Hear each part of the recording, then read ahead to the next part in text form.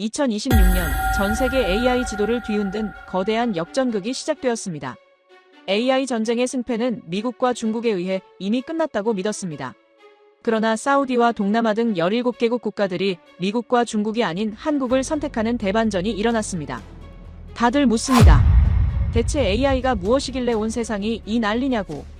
AI는 21세기의 석유이자 국가의 운명을 결정하는 지능 핵무기입니다. 이 전쟁에서 지는 나라는 국가의 뇌를 강대국 서버에 맡긴 채 평생 디지털 종속국으로 살아가야 합니다. 미국과 중국이 기술로 세계를 통제하려 할 때 한국은 전혀 다른 선택지를 내놓았습니다. 우리는 지배하지 않는다. 스스로 설 수 있는 길을 만들겠다. 70년 전 폐허에서 출발해 이제는 세계의 다른 길을 제시한 대한민국. 그 경이로운 역전극을 지금 공개합니다. 어디서 듣고 계신가요?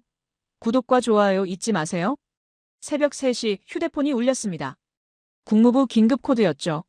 손끝이 차가워지는 걸 느끼며 화면을 켰습니다. 메시지는 단 한 줄이었어요. 사우디가 움직였다는 보고였습니다. 그것도 혼자가 아니었습니다. 안녕하세요. 저는 마이클 로스입니다. 지난 15년간 미국 정부의 AI와 에너지, 산업 전략을 통합 설계하는 자문관으로 일했습니다. 제 책상 위로 오가는 문서들은 대부분 기밀 등급이었고 그 안에 담긴 내용은 국가의 미래를 좌우하는 것들이었죠. 저는 숫자와 데이터만 믿는 사람입니다. 감정은 판단을 흐리게 만들 뿐이니까요. 그래서 그날 새벽 제가 느낀 감정이 무엇인지 정확히 정의할 수 없었던 게 더 혼란스러웠습니다. 긴급회의실로 들어서자 이미 6명이 모여 있었습니다. 모두 잠에서 급하게 깬 얼굴이었어요. 스크린에는 지도 하나가 떠 있었고 붉은 점들이 중동과 동남아시아를 가득 채우고 있었습니다. 17개였습니다. 사우디아라비아, 아랍에미리트, 카타르, 쿠웨이트, 인도네시아, 베트남, 태국. 그 외에도 이름들이 계속 이어졌죠.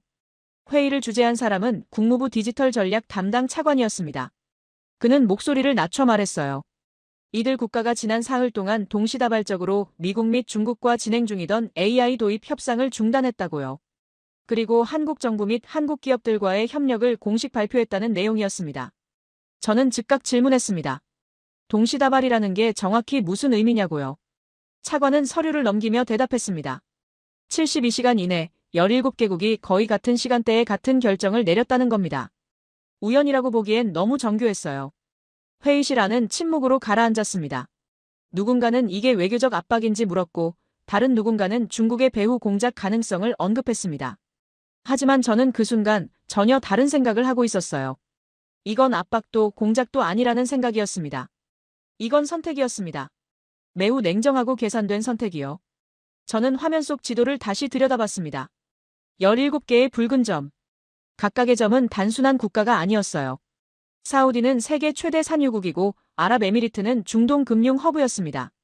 인도네시아는 동남아 최대 경제권이었고 베트남은 제조업 신흥 강자였죠. 이들은 모두 AI 시대로 진입하기 위해 막대한 자본과 인프라를 준비해온 국가들이었습니다. 그리고 이들이 미국이 아닌 한국을 택했습니다.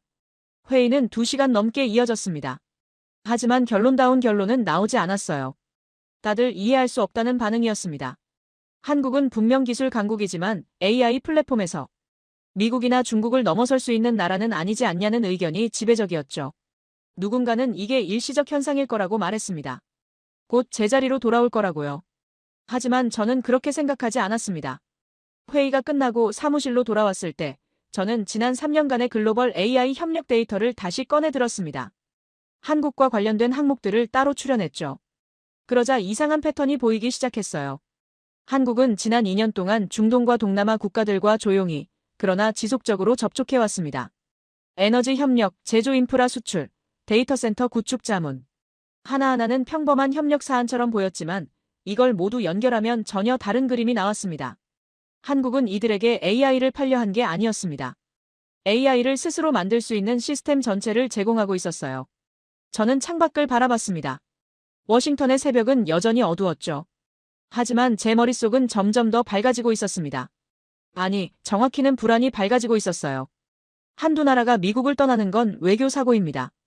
하지만 17나라가 동시에 움직이는 건 체제의 균열입니다. 저는 책상 위에 놓인 커피를 한 모금 마셨습니다. 식어 있었지만 상관없었어요. 지금 중요한 건 온도가 아니라 이 상황의 본질이었으니까요. 저는 노트북을 열고 새 문서를 만들었습니다. 제목은 간단하게 붙였습니다. 왜 한국인가? 첫 문장을 쓰기 시작했습니다. 하지만 손가락이 키보드 위에서 멈췄어요. 저는 아직 답을 모르고 있었습니다. 왜 한국인가? 무엇이 이들을 움직였는가? 미국은 AI 기술의 최전선에 있었고 중국은 막대한 자본과 시장을 가지고 있었습니다. 그런데 왜 한국인가? 저는 화면을 내려다보며 생각했습니다. 뭔가 근본적인 변화가 일어나고 있다는 느낌이 들었어요. 이건 단순한 기술 계약 변경이 아니었습니다. 17개국이 동시에 같은 방향으로 움직였다는 건 그만큼 강력한 이유가 있다는 뜻이었죠. 그 이유가 무엇인지는 아직 명확하지 않았습니다. 하지만 분명한 건 이들이 한국에서 미국과 중국에게서 얻을 수 없는 무언가를 발견했다는 사실이었어요. 그게 기술인지 신뢰인지 아니면 전혀 다른 무언가인지는 아직 알 수 없었습니다. 저는 문서 작성을 멈추고 다시 지도를 펼쳤습니다. 17개의 붉은 점이 여전히 거기 있었어요. 그리고 그 점들 사이에 보이지 않는 선이 그어지고 있었습니다. 한국으로 향하는 선이요. 이건 배신이 아니었습니다. 이건 계산이었습니다. 매우 냉정하고 매우 합리적인 계산이었어요. 그리고 그 계산의 중심에 한국이 있었습니다. 저는 그날 새벽 처음으로 인정했습니다. 우리가 뭔가 놓쳤다는 걸요. 미국은 세계 최강의 AI 기술을 가지고 있었지만 정작 세계가 원하는 게 뭔지는 제대로 보지 못했습니다. 그들은 기술을 원한 게 아니었어요. 독립을 원했습니다. 디지털 독립을요. 그리고 한국은 그걸 줄 수 있는 유일한 선택지였습니다. 커피잔을 내려놓으며 저는 중얼거렸습니다. 이제 시작이라고요. 이 선택의 이유를 찾아야 한다고요. 그래야 우리가 무엇을 잃었는지, 그리고 앞으로 무엇을 해야 하는지 알 수 있을 테니까요. 화면 속 17개의 점이 여전히 붉게 빛나고 있었습니다. 마치 경고등처럼요. 국무부는 사흘 안에 보고서를 요구했습니다. 상황 분석과 대응 방안이 담긴 문서였죠. 저는 커피를 5잔째 마시며 화면을 응시하고 있었습니다. 하지만 손가락은 키보드 위에서 움직이지 않았어요. 문제는 제목이었습니다. 중동 동남아 17개국의 AI 협력 파트너 변경 분석이라고 쓰고는 지웠습니다. 너무 가볍게 들렸어요. 한국 선택의 전략적 함이라고 다시 썼다가 또 지웠습니다. 이것도 핵심을 비껴갔죠. 저는 잠시 창밖을 바라봤습니다. 워싱턴의 아침 해가 건물 사이로 비집고 들어오고 있었어요. 그때 깨달았습니다. 제가 쓰려는 건 단순한 상황 보고서가 아니라는 걸요. 이건 경고문이었습니다. 미국 정부가 AI를 여전히 하나의 산업 정도로 보고 있다면 그건 치명적 착각이라는 걸 알려야 했어요. 저는 새 제목을 입력했습니다. AI 시대의 국가 주권 왜 17개국은 독립을 선택했는가? 이제 첫 문장을 써야 했습니다.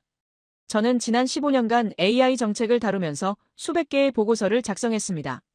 하지만 이번만큼 신중해야 하는 문서는 없었어요. 왜냐하면 이 보고서는 단순히 한국의 부상을 설명하는 게 아니라 미국이 놓친 본질을 직시하게 만들어야 했으니까요. 2010년대만 해도 AI는 편리한 도구였습니다. 음성인식, 이미지 분석, 추천 알고리즘. 사람들은 AI를 스마트폰 안의 기능 정도로 생각했죠. 하지만 2020년대 중반을 넘어서며 모든 게 바뀌었습니다. AI는 도구가 아니라 결정권자가 되었어요. 어느 나라가 전쟁을 치르는지 예측하고 어느 기업이 망하는지 계산하며 어느 정책이 여론을 움직일지 시뮬레이션합니다. 금융시장에서는 AI가 주식을 사고 팔았고 군사작전에서는 AI가 표적을 선정했어요. 의료 현장에서는 AI가 진단을 내렸고 법정에서는 AI가 판결을 보조했습니다. 문제는 이 모든 결정이 누구의 AI로 이루어지느냐였습니다. 만약 한국과의 모든 AI 시스템이 외국 기업의 서버에 의존한다면 그 나라의 모든 의사결정 데이터는 실시간으로 외부로 흘러갑니다. 어떤 산업이 성장하는지, 어느 지역에 투자가 몰리는지, 어떤 정책이 논의되는지, 심지어 국민들이 무엇을 걱정하는지까지도요. 이건 정보 유출의 문제가 아니었습니다. 이건 국가의 뇌를 통째로 외부에 연결하는 행위였어요. 저는 문서에 이렇게 적었습니다. AI를 소유한 국가는 세계의 규칙을 만들 수 있지만 AI를 빌려 쓰는 국가는 그 규칙을 따를 수밖에 없다고요. 마치 핵무기를 가진 나라와 없는 나라의 차이처럼요. 20세기 핵무기는 물리적 파괴력으로 세계를 지배했습니다. 하지만 21세기 AI는 더 정교한 방식으로 지배합니다. 폭발 대신 데이터를, 미사일 대신 알고리즘을, 방사능 대신 의존성을 사용하죠. 그리고 그 지배는 보이지 않는 만큼 더 깊고 오래 지속됩니다. 키보드를 두드리며 저는 구체적인 사례들을 나열하기 시작했습니다. 군사 영역부터 봤어요. 현대 전쟁에서 AI는 정찰 위성 데이터를 분석하고 적의 이동 패턴을 예측하며 최적의 공격 시점을 계산합니다. 만약 이 AI가 외국 기업의 것이라면 그 나라의 모든 군사 정보는 실시간으로 공유되는 셈이죠. 전쟁을 시작하기도 전에 패배가 결정됩니다. 경제 영역도 마찬가지였습니다. AI는 시장 동향을 분석하고 투자 전략을 수립하며 산업 정책을 시뮬레이션합니다. 외국 AI에 의존하면 그 나라 경제의 모든 흐름이 외부에 노출돼요. 어떤 산업을 키우려는지, 어떤 기업이 어려움을 겪는지, 정부가 어떤 정책을 준비하는지 모두 보입니다. 금융 시스템은 더 취약했습니다. AI가 신용평가, 대출 심사, 거래 승인을 담당하는 세상에서 AI를 통제하는 쪽이 곧 돈의 흐름을 통제하는 셈이었어요. 한 나라의 금융 주권이 사실상 외부에 넘어가는 겁니다.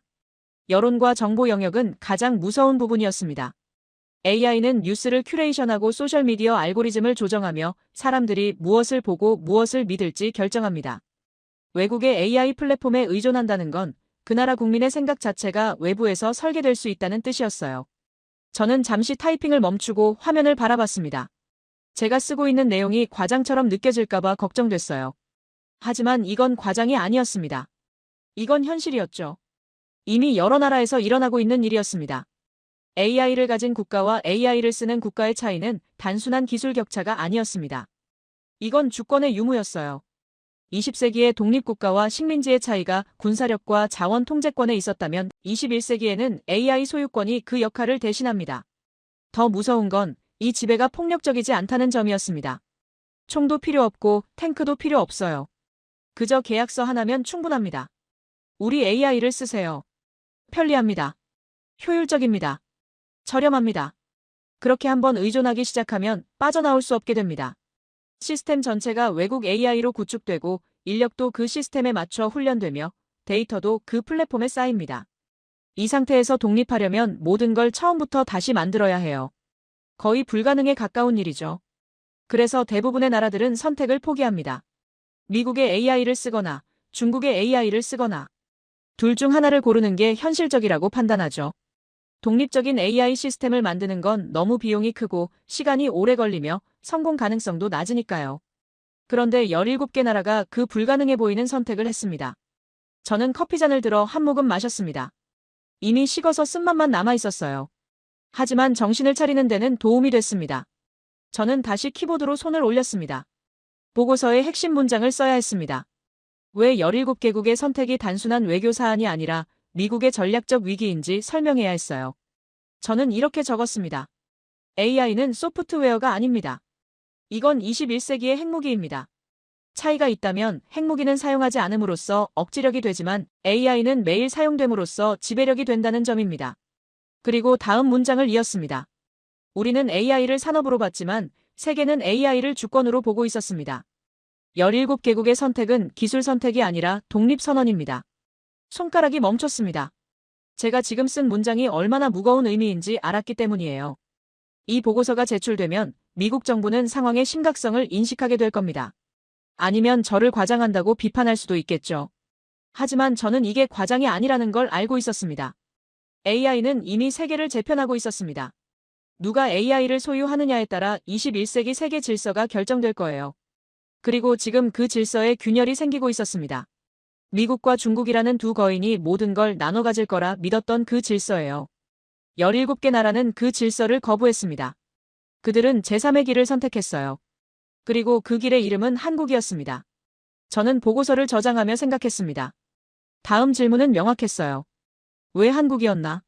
무엇이 한국을 가능하게 만들었나? 미국과 중국이 주지 못한 걸 한국은 어떻게 줄 수 있었나?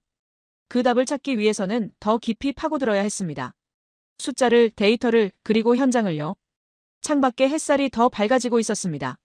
하지만 제 머릿속은 점점 더 복잡해지고 있었죠. 이건 단순한 기술 경쟁이 아니었습니다. 이건 21세기 국가 생존의 문제였어요. 보고서 마지막 줄에 저는 이렇게 적었습니다.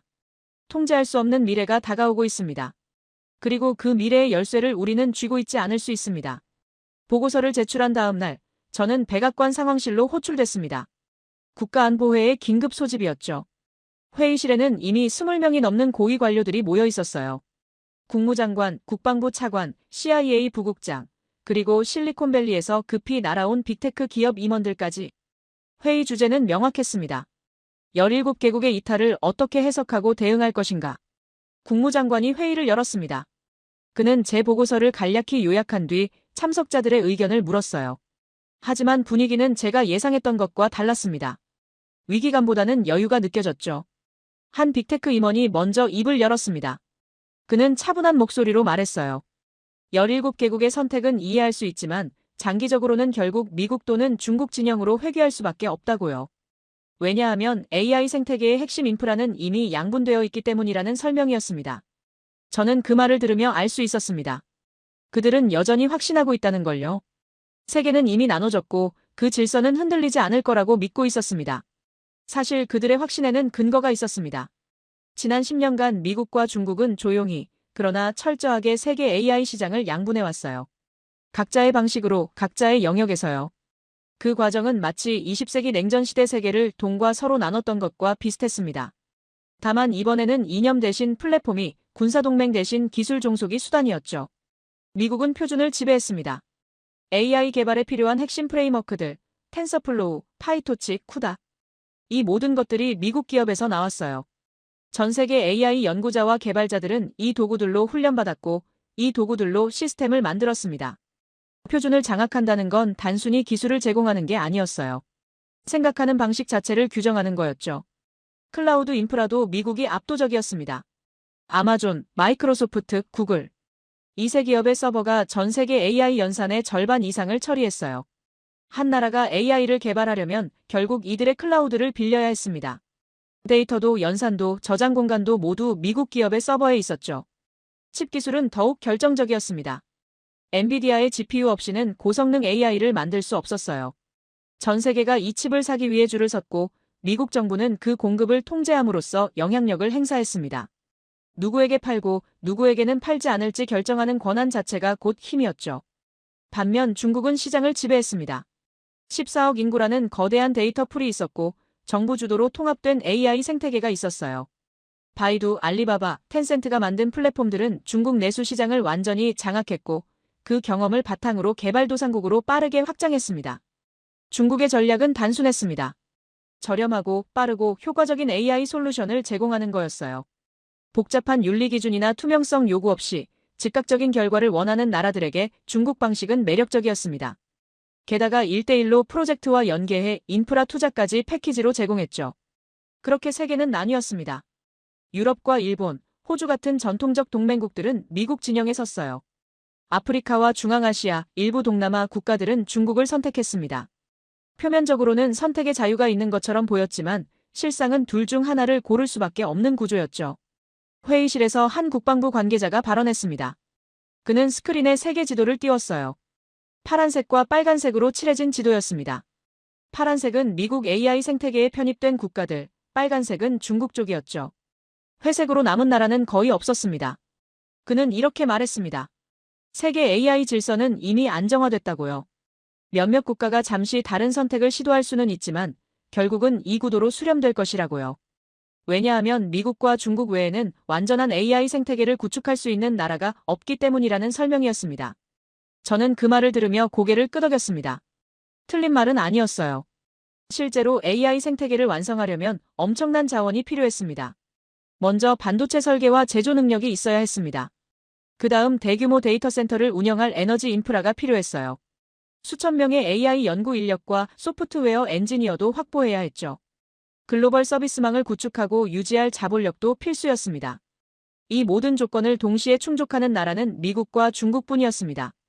유럽연합도 개별 국가로는 불가능했고 일본은 시장 규모가 작았어요. 인도는 인력은 있지만 인프라가 부족했고 러시아는 자본이 따라주지 않았습니다. 그래서 우리는 확신했습니다. 세계는 이미 둘로 나뉘었고 그 외의 선택지는 존재하지 않는다고요. 한 CIA 분석가가 추가 발언을 했습니다.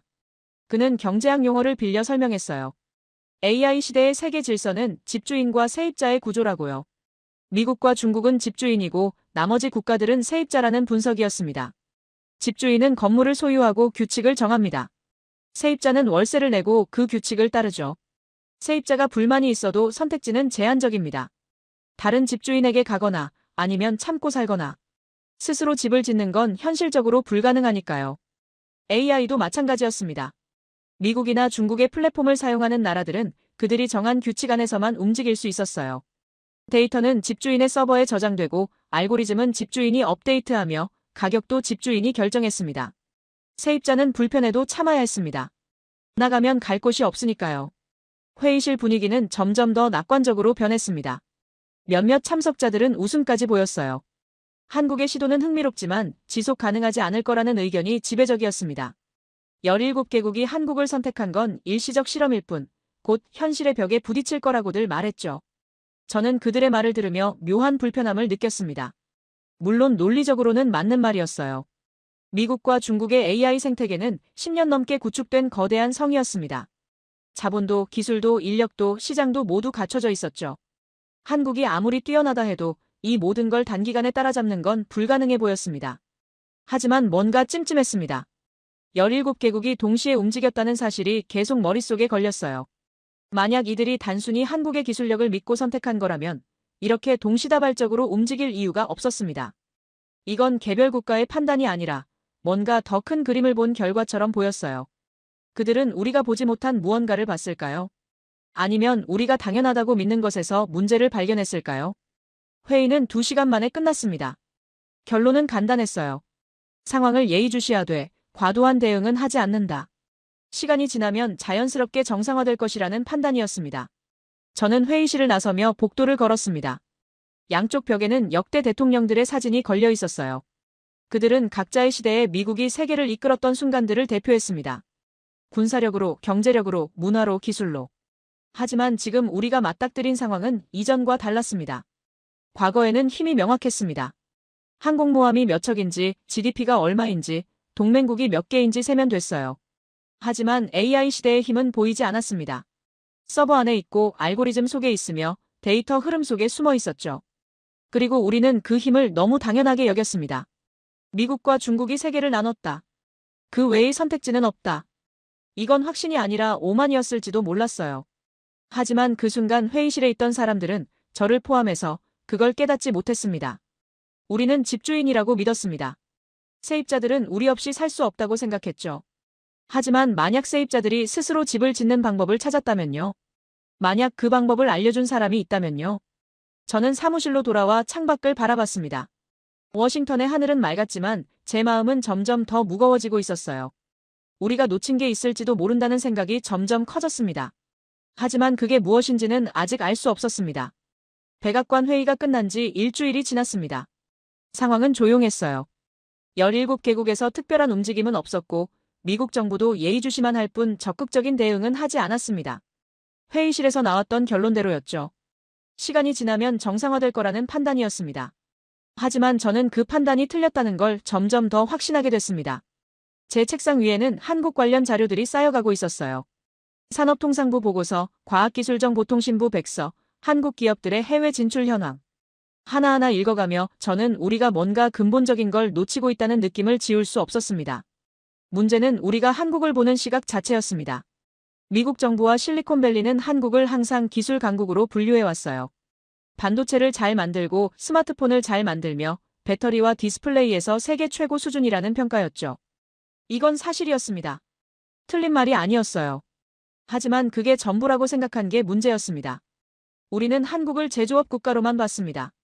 우수한 부품을 만드는 나라, 정밀한 공정을 소화하는 나라, 빠른 양산 능력을 가진 나라. 그래서 한국은 미국이나 중국이 설계한 시스템을 실현하는 역할을 맡을 거라고 자연스럽게 가정했죠. 이건 일종의 고정관념이었습니다. 20세기 산업 질서에서 한국의 역할이 그랬으니까요. 미국이 기술을 개발하면 한국이 생산하고 일본이 설계하면 한국이 제조하는 구조였어요. 한국은 뛰어난 실행자였지만 설계자는 아니라고 봤습니다. 그래서 17개국이 한국을 선택했을 때 우리는 이렇게 해석했습니다. 한국이 미국이나 중국보다 저렴한 가격에 비슷한 수준의 기술을 제공하는 거라고요. 일종의 가성비 선택이라고 생각한 겁니다. 하지만 그건 완전히 잘못된 분석이었습니다. 저는 사우디의 디지털 전환 보고서를 다시 펼쳐봤습니다. 그들이 한국과 맺은 협력 내용을 자세히 들여다봤어요. 단순히 AI 모델을 도입하는 계약이 아니었습니다. 데이터 센터 설계부터 에너지 인프라, 반도체 공급망, 인력 양성 프로그램, 심지어 장기 유지보수 체계까지 포함된 종합 패키지였죠. 이건 기술 판매가 아니었습니다. 이건 국가 시스템 설계였어요. 저는 다른 나라들의 계약서도 확인해봤습니다. 인도네시아, 베트남, 아랍에미리트 모두 비슷한 구조였습니다. 한국은 이들에게 완제품을 파는 게 아니라 스스로 만들 수 있는 능력 전체를 이전하고 있었어요. 이건 우리가 상상한 협력 방식과 완전히 달랐습니다. 미국 기업들이 AI를 수출하는 방식은 명확했어요. 플랫폼을 제공하고 클라우드 서비스를 판매하며 라이선스를 받아요. 고객은 우리가 만든 시스템을 사용할 수 있지만 그 시스템을 소유하거나 수정할 수는 없습니다. 블랙박스를 빌려주는 거죠. 중국도 비슷했습니다. 완성된 솔루션을 제공하되 핵심 기술은 중국이 통제했어요. 고객은 결과를 얻을 수 있지만 과정은 알 수 없었습니다. 이것도 일종의 종속 구조였죠. 하지만 한국은 달랐습니다. 한국은 블랙박스를 주는 게 아니라 블랙박스를 만드는 방법을 알려줬어요. 데이터 센터를 어떻게 설계하는지, 전력을 어떻게 확보하는지, 반도체를 어떻게 조달하는지, AI 모델을 어떻게 훈련시키는지. 처음부터 끝까지 전 과정을요. 왜 이런 차이가 생겼을까 생각해봤습니다. 미국과 중국은 AI를 지배수단으로 봤습니다. 우리가 우위를 점하고 다른 나라들이 우리에게 의존하게 만드는 게 목표였죠. 그래서 핵심 기술은 절대 넘겨주지 않았어요. 종속관계를 유지해야 계속 수익을 얻을 수 있으니까요. 하지만 한국은 다른 계산을 한 것 같았습니다. 한국은 17개국이 독립적인 AI 생태계를 구축하도록 돕되 그 과정에서 한국산 부품과 시스템이 필수적으로 들어가게 만들었어요. 종속이 아니라 상호의존 구조를 설계한 겁니다. 이들은 독립했지만 여전히 한국과 연결되어 있었죠. 더 교묘했습니다. 아니, 더 영리했어요. 저는 책상에 앉아 골똘히 생각했습니다. 우리가 놓친 게 바로 이거였어요. 한국은 단순히 기술이 뛰어난 나라가 아니었습니다. 한국은 시스템을 설계할 수 있는 나라였어요. 개별 기술들을 통합해서 하나의 작동하는 국가 인프라로 만들어내는 능력을 가진 나라였습니다. 반도체를 만들고 배터리를 생산하며 로봇을 제조하는 건 개별 기술입니다. 하지만 이 모든 걸 연결해서 한 나라의 AI 생태계를 처음부터 끝까지 구축하는 건 전혀 다른 차원의 능력이에요. 이건 설계 능력이자 통합 능력이며 국가 건설 능력이었습니다. 미국은 이 능력을 과소평가했습니다. 우리는 한국이 부품 공급자 역할에 머물 거라고 생각했어요. 삼성이 반도체를 팔고 LG가 배터리를 팔며 현대가 로봇을 파는 정도로 참여할 거라고 봤죠. 하지만 한국은 그 모든 걸 하나로 묶어서 국가 단위 솔루션으로 제공하고 있었습니다.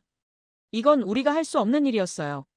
미국은 개별 기술에서는 최고였지만 그걸 통합하는 능력은 약했습니다. 실리콘밸리는 소프트웨어를 잘 만들지만 하드웨어는 아시아에 의존했고 에너지 기업들은 전력을 공급하지만 데이터 센터와는 단절되어 있었어요. 각 산업이 따로 움직였습니다. 중국은 통합 능력은 있었지만 신뢰가 없었습니다. 기술을 주겠다고 하면 다들 의심했어요. 정말로 독립을 허락할까 아니면 데이터를 빼갈까. 정치적 부담이 너무 컸죠. 한국은 둘 다 가지고 있었습니다. 기술도 있고 제조 능력도 있으며 통합 경험도 있었어요. 게다가 정치적으로 중립적이었습니다. 작은 나라였기 때문에 세계를 지배하려는 야심이 없어 보였고 그래서 신뢰받을 수 있었죠. 저는 그제야 깨달았습니다. 17개국의 선택은 충동이 아니었어요. 이건 매우 합리적인 판단이었습니다. 그들은 한국에서 미국과 중국이 줄 수 없는 걸 발견했어요. 독립적인 AI 주권을 지키면서도 세계 수준의 기술을 확보할 수 있는 유일한 경로였습니다. 그리고 우리는 그걸 보지 못했습니다. 일주일 전 회의실에서 모두가 낙관했던 이유가 이해됐습니다. 우리는 한국을 여전히 20세기 프레임으로 보고 있었어요.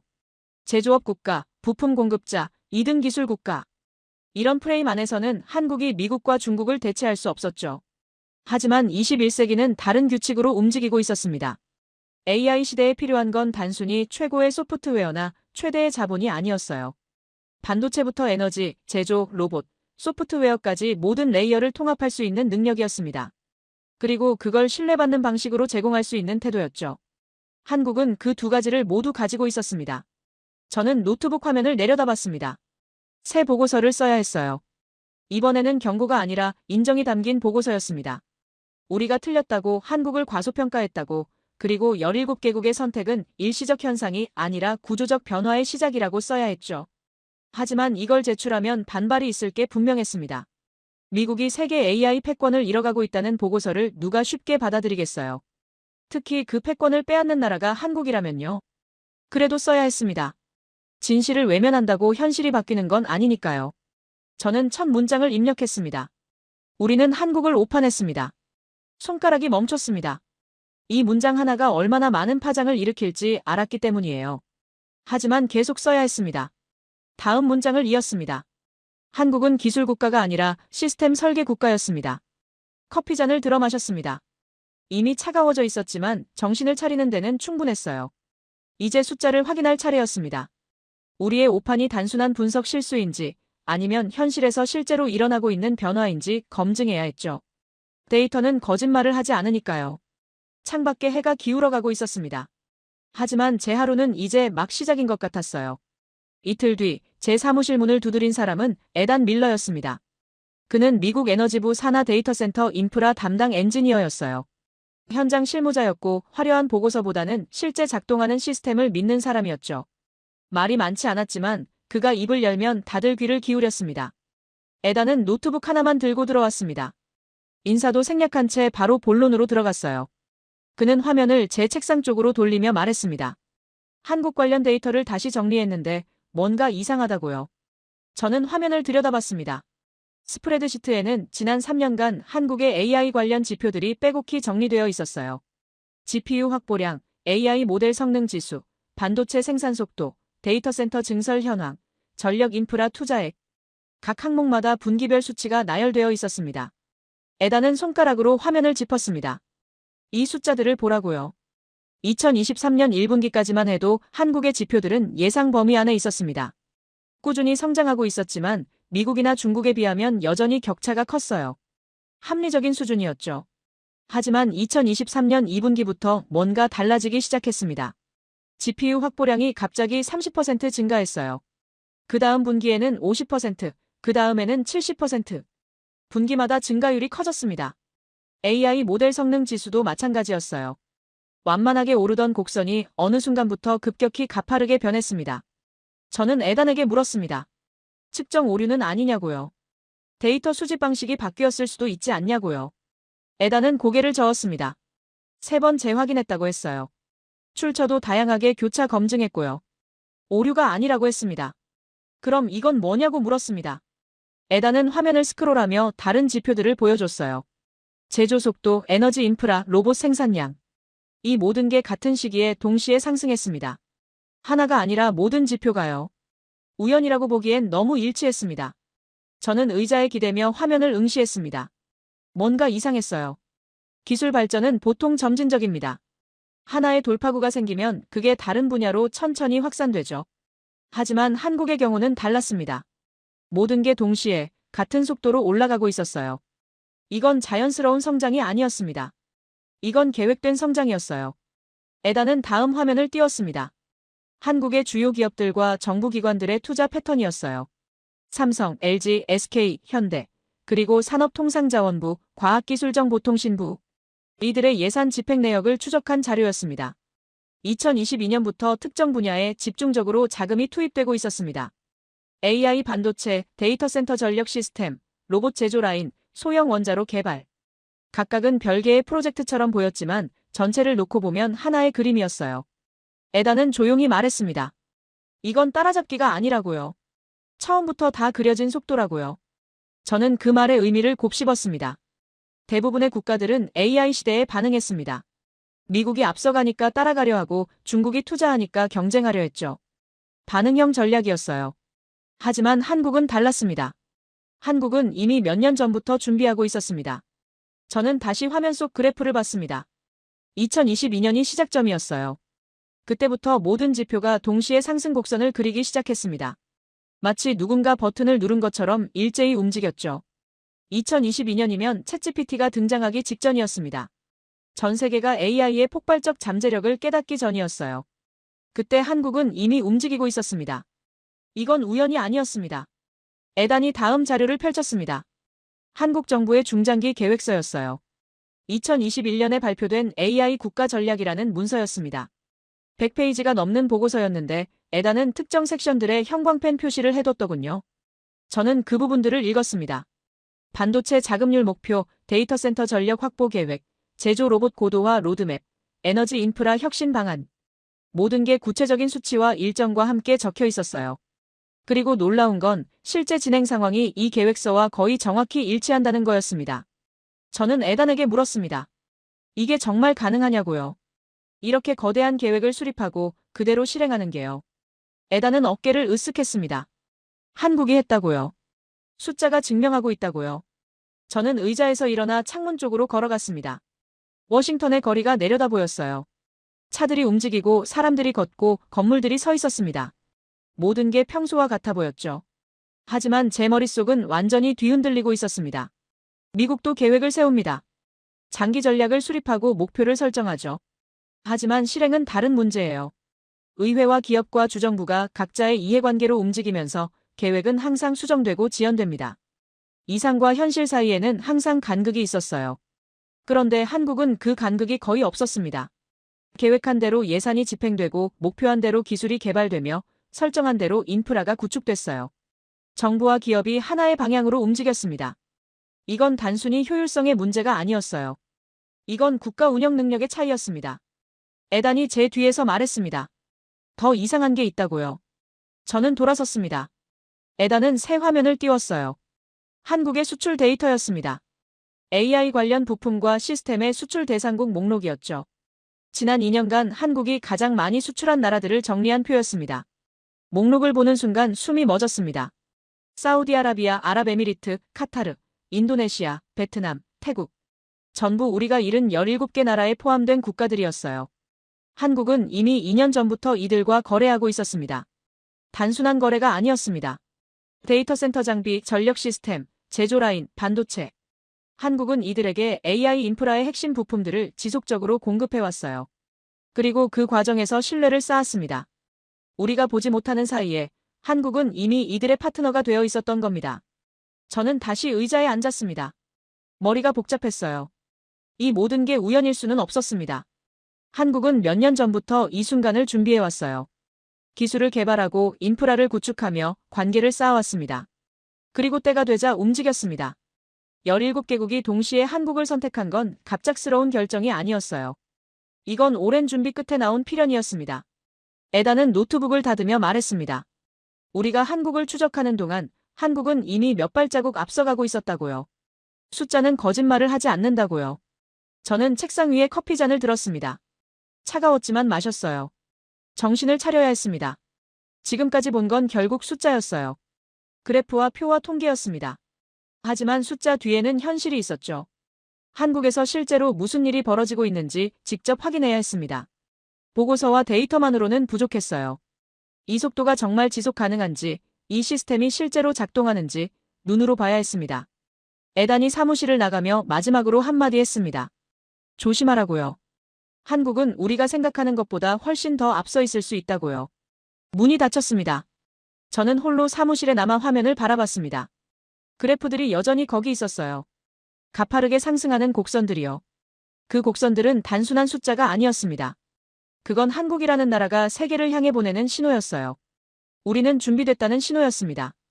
그리고 그 신호를 받은 17개 나라가 응답했습니다.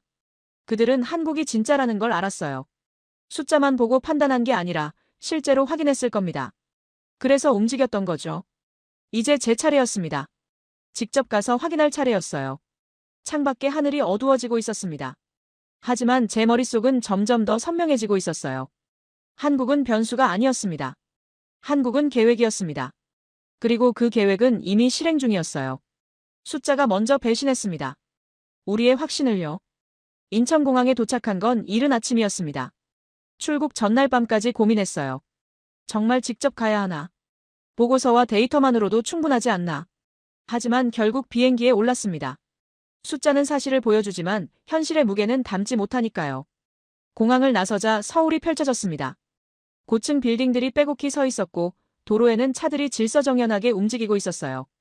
겉으로는 평범한 대도시였습니다. 뉴욕이나 샌프란시스코와 크게 다르지 않아 보였죠. 첫 방문지는 경기도의 한 전자부품 공장이었습니다.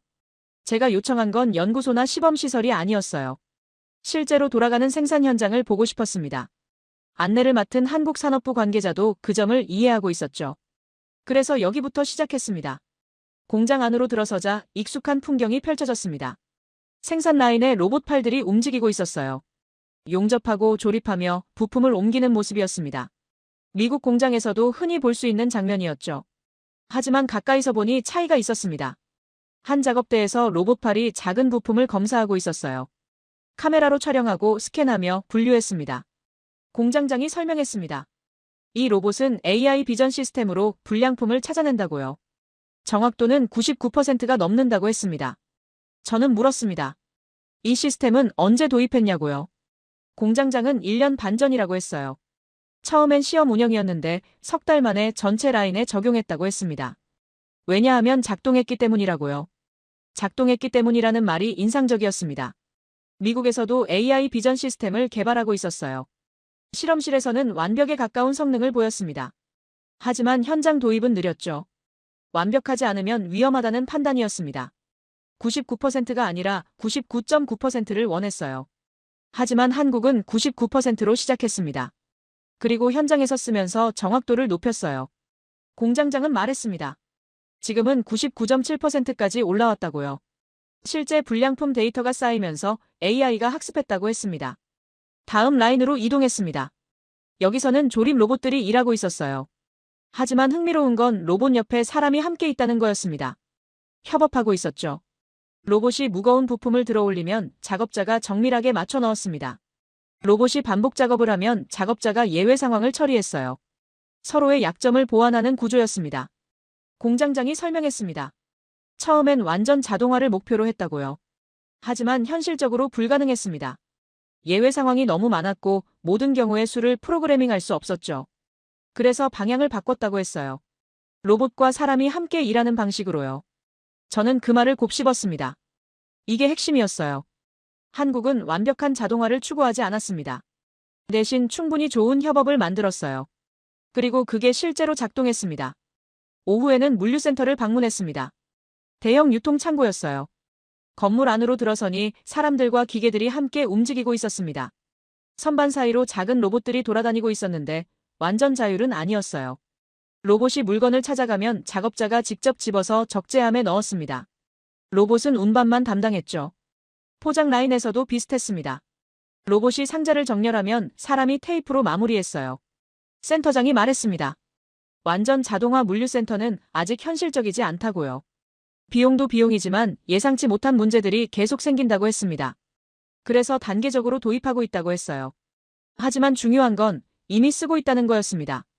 불완전해도 현장에 배치하고 쓰면서 문제를 찾아내며 조금씩 개선해 나가고 있었어요. 이 과정에서 쌓인 데이터와 경험이 다음 버전을 더 나아지게 만들었습니다. 저는 센터장에게 물었습니다. 미국 물류회사들도 자동화를 시도하는데 왜 한국이 더 빠르다고 생각하냐고요. 센터장은 잠시 생각하더니 대답했습니다. 아마도 위험을 받아들이는 방식의 차이 같다고요. 미국은 실패하면 안 된다고 생각하는 것 같다고 했습니다. 하지만 한국은 실패해도 괜찮다고 본다고요. 빨리 실패하고 빨리 고치면 된다는 문화라고 했습니다. 저는 고개를 끄덕였습니다. 맞는 말이었어요. 저녁에는 자동차 공장을 방문했습니다. 거대한 생산 라인이었죠. 용접, 도색, 조립 과정을 둘러봤습니다.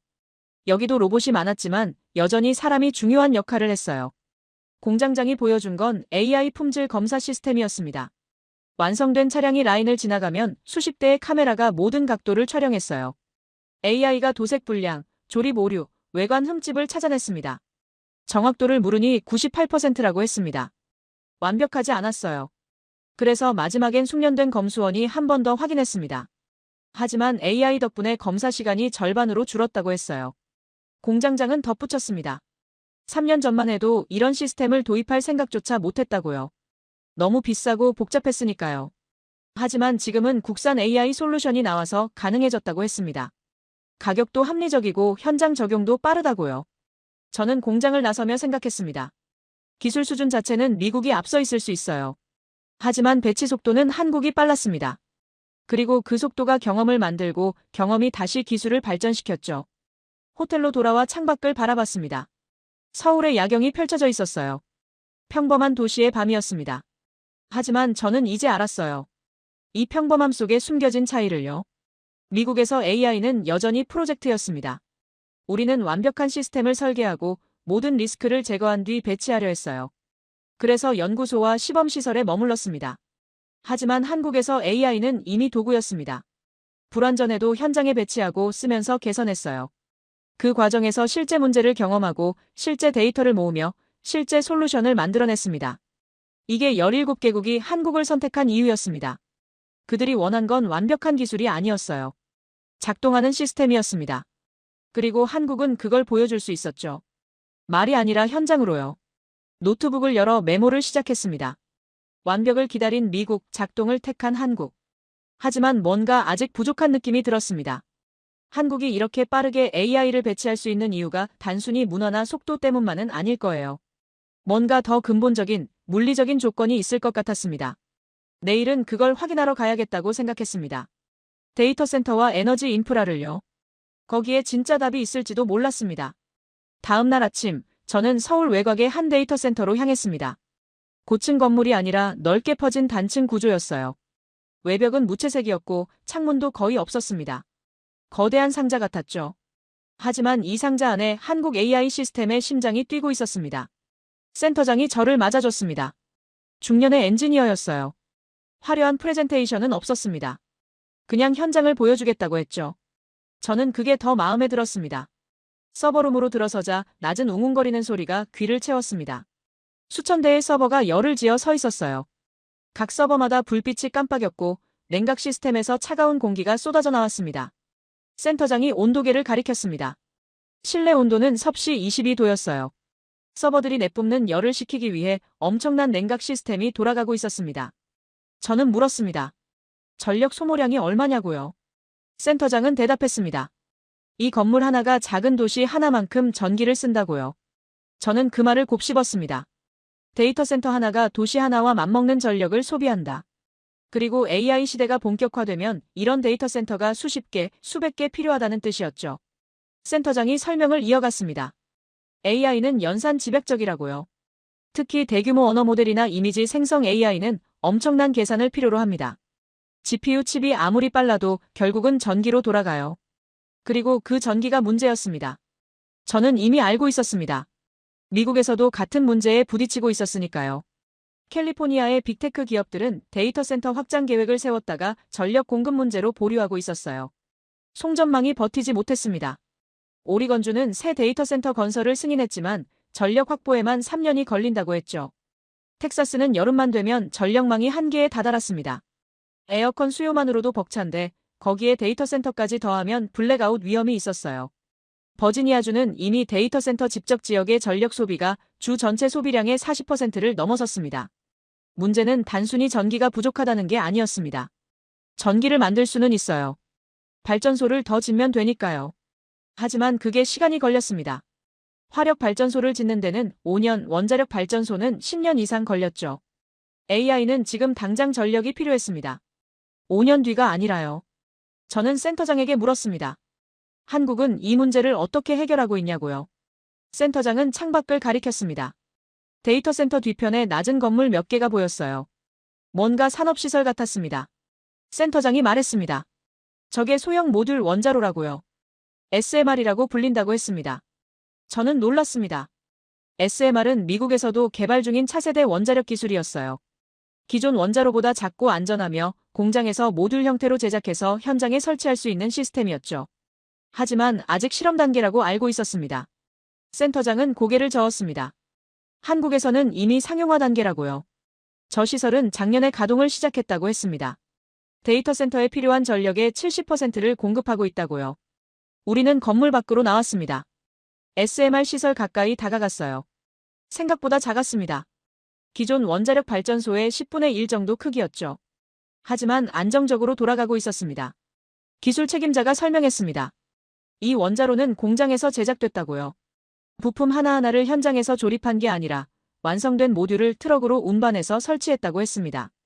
건설 기간은 18개월이었어요. 18개월. 기존 원자로의 10분의 1도 안 되는 시간이었습니다. 저는 물었습니다. 미국도 SMR을 개발하고 있는데 왜 한국이 먼저 상용화했냐고요. 기술 수준은 미국이 앞서지 않냐고요. 기술 책임자는 잠시 생각하더니 대답했습니다.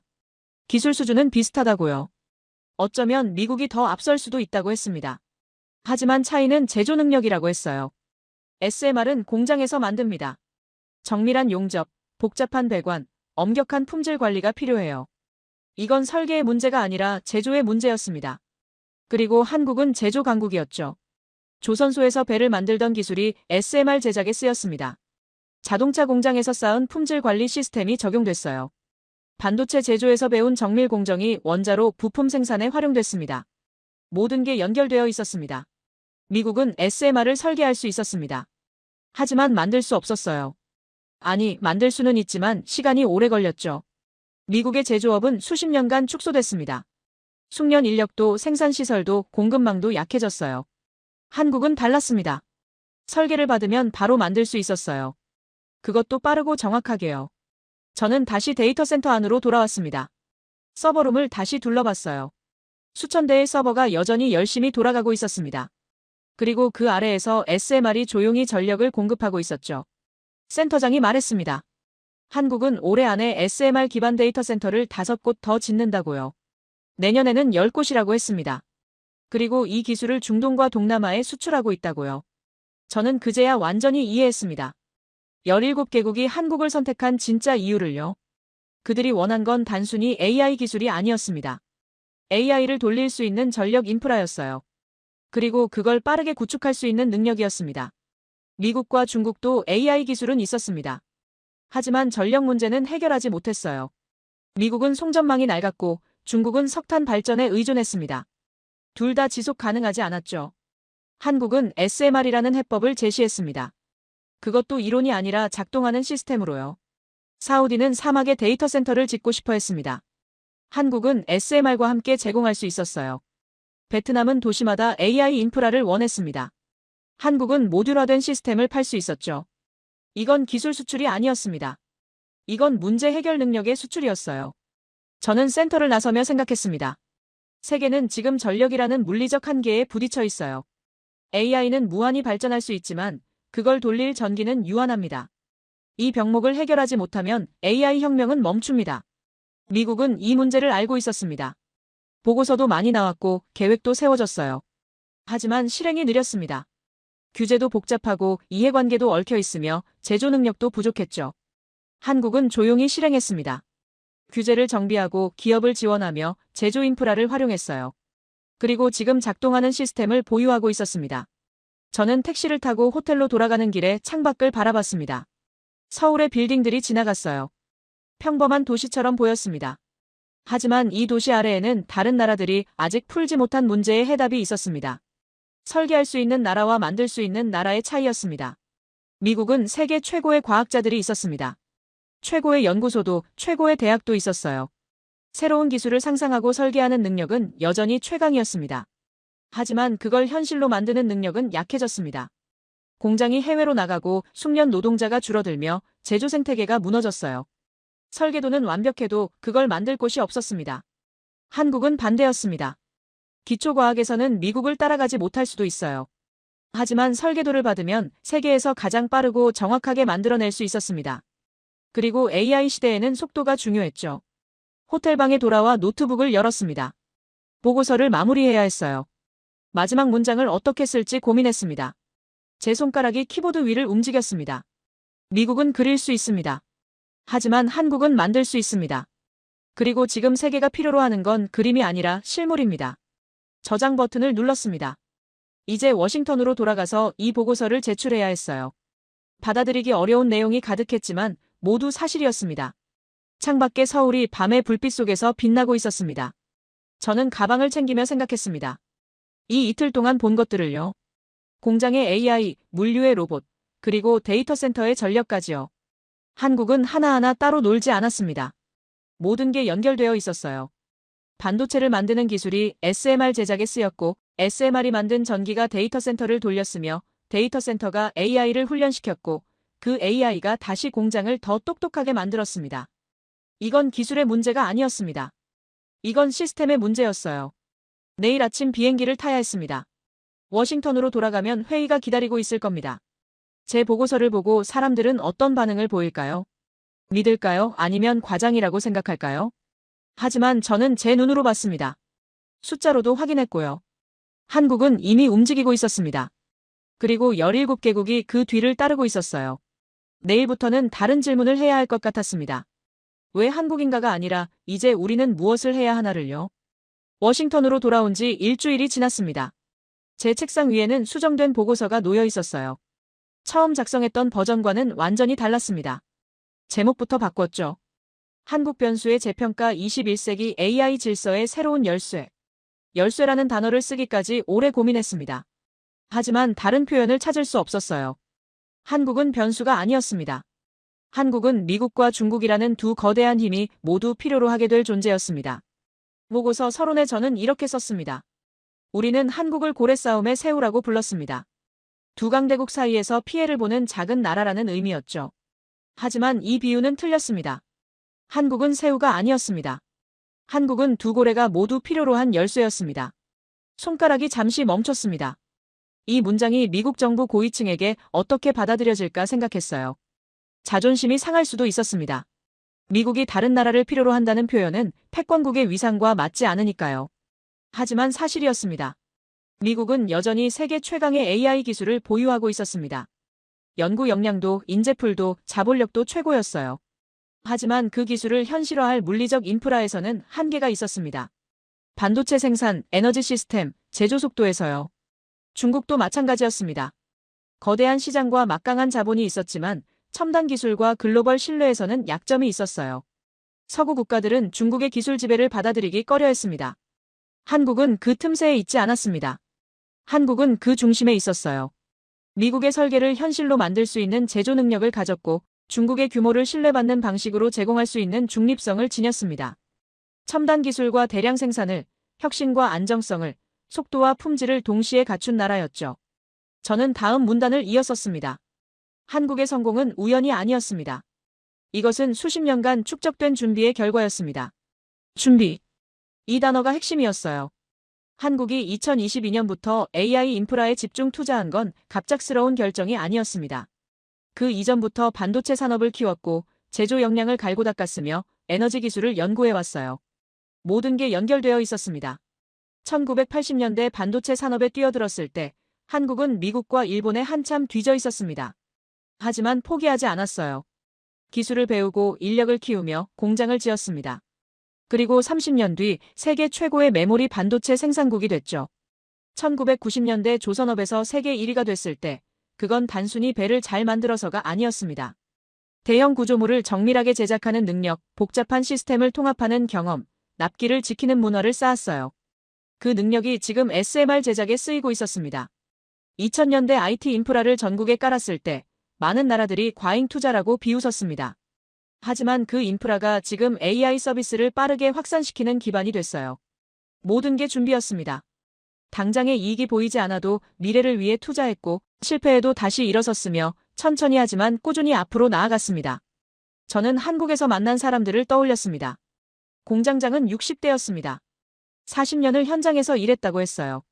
젊었을 때는 일본 기술자들에게 배웠고 중년에는 자기가 후배들을 가르쳤으며 지금은 AI 시스템과 함께 일하고 있었습니다. 그는 특별해 보이지 않았어요. 그냥 묵묵히 자기 일을 하는 평범한 엔지니어였습니다. 데이터 센터 기술자도 비슷했습니다. 화려한 학력이나 경력은 없었어요. 하지만 20년간 전력 시스템을 다뤄왔고 그 경험으로 SMR 운영을 맡고 있었습니다. 말이 많지 않았지만 자기 일에 대한 자부심은 있었어요. 물류센터 센터장도 마찬가지였습니다. 창고 바닥부터 시작해서 30년 만에 센터장이 됐다고 했어요. 이제는 로봇을 관리하지만 여전히 현장을 가장 잘 아는 사람이었습니다. 이들은 유명하지 않았습니다. 언론에 나오지도 않았고 상도 받지 않았어요. 하지만 이들이 한국을 만들었습니다. 매일 출근해서 자기 자리에서 최선을 다한 사람들이요. 그리고 그들보다 앞선 세대도 있었습니다. 1970년대 중동 건설 현장에 갔던 노동자들, 1980년대 공장에서 밤을 새운 여공들, 1990년대 IMF 위기를 견뎌낸 가장들. 이들이 쌓아올린 토대 위에 지금의 한국이 서 있었습니다. 한국의 위대함은 천재 한 명에게서 나오지 않았습니다. 수백만 명의 평범한 사람들이 각자의 자리에서 성실하게 일한 결과였어요. 화려하지 않았지만 묵묵했고 빠르지 않았지만 꾸준했으며 완벽하지 않았지만 포기하지 않았습니다. 저는 보고서에 한 문단을 추가했습니다. 한국의 성공을 기술이나 자본으로만 설명할 수 없습니다. 이것은 문화의 힘입니다. 준비하는 문화, 실행하는 문화, 견디는 문화입니다. 회의실 문이 두드려졌습니다. 국무부 차관이 들어왔어요. 제 보고서를 읽었다고 했습니다. 표정은 무거웠지만 부정적이지는 않았어요. 차관이 물었습니다. 정말 한국이 이렇게 중요한 위치에 있느냐고요. 우리가 정말 그들을 필요로 하느냐고요. 저는 고개를 끄덕였습니다. 그렇다고요. 한국은 이미 중요했고 앞으로 더 중요해질 거라고 했습니다. 17개국의 선택은 시작에 불과하다고요. 차관은 한동안 침묵했습니다. 그리고 물었어요. 그럼 우리는 어떻게 해야 하냐고요. 저는 대답했습니다. 경쟁하려 하지 말고 협력해야 한다고요. 한국을 약화시키려 하지 말고 파트너로 삼아야 한다고요. 21세기 AI 질서는 미국 혼자 만들 수 없다고 했습니다. 한국, 일본, 유럽과 함께 만들어야 한다고요. 차관은 고개를 끄덕이며 나갔습니다. 제 보고서를 청와대, 아니, 백악관 상층부에 보고하겠다고 했어요. 저는 혼자 남아 창밖을 바라봤습니다. 워싱턴의 거리가 보였어요. 여전히 세계에서 가장 강력한 도시였습니다. 하지만 이제는 혼자가 아니었어요. 2026년은 디지털 독립선언의 해가 될 것 같았습니다. 17개국이 선언했어요. 우리는 더 이상 강대국의 AI에 종속되지 않겠다고요. 우리는 스스로 AI 주권을 갖겠다고요. 그리고 한국이 그 길을 함께 가겠다고 약속했습니다. 이건 반미도 아니고 반중도 아니었습니다. 이건 독립이었어요. 디지털 시대의 진정한 독립이요. 미국과 중국은 세계를 양분하려 했습니다. 하지만 세계는 제3의 길을 선택했어요. 그리고 그 길의 이정표가 한국이었습니다. 저는 노트북을 닫으며 생각했습니다. 한국인들은 이 상황을 어떻게 받아들이고 있을까요? 자랑스러워하고 있을까요? 아니면 그저 일상처럼 받아들이고 있을까요? 아마 후자일 거예요. 한국 사람들은 항상 그랬으니까요. 세계가 놀라워하는 일을 해내고도 다음 날이면 또 일터로 향하는 사람들이었습니다. 축하보다는 다음 과제를, 자축보다는 더 나은 내일을 생각하는 사람들이요. 그게 한국이 강한 이유였습니다. 멈추지 않았으니까요. 만족하지 않았으니까요.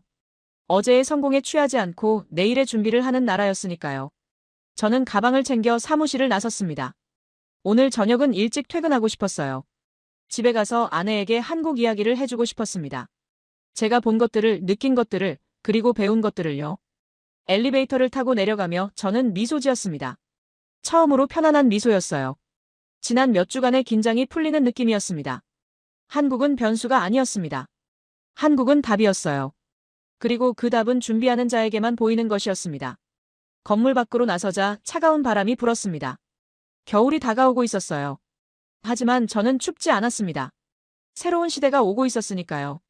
그리고 그 시대에는 준비된 자들이 길을 만들 거였으니까요. 한국은 준비되어 있었습니다.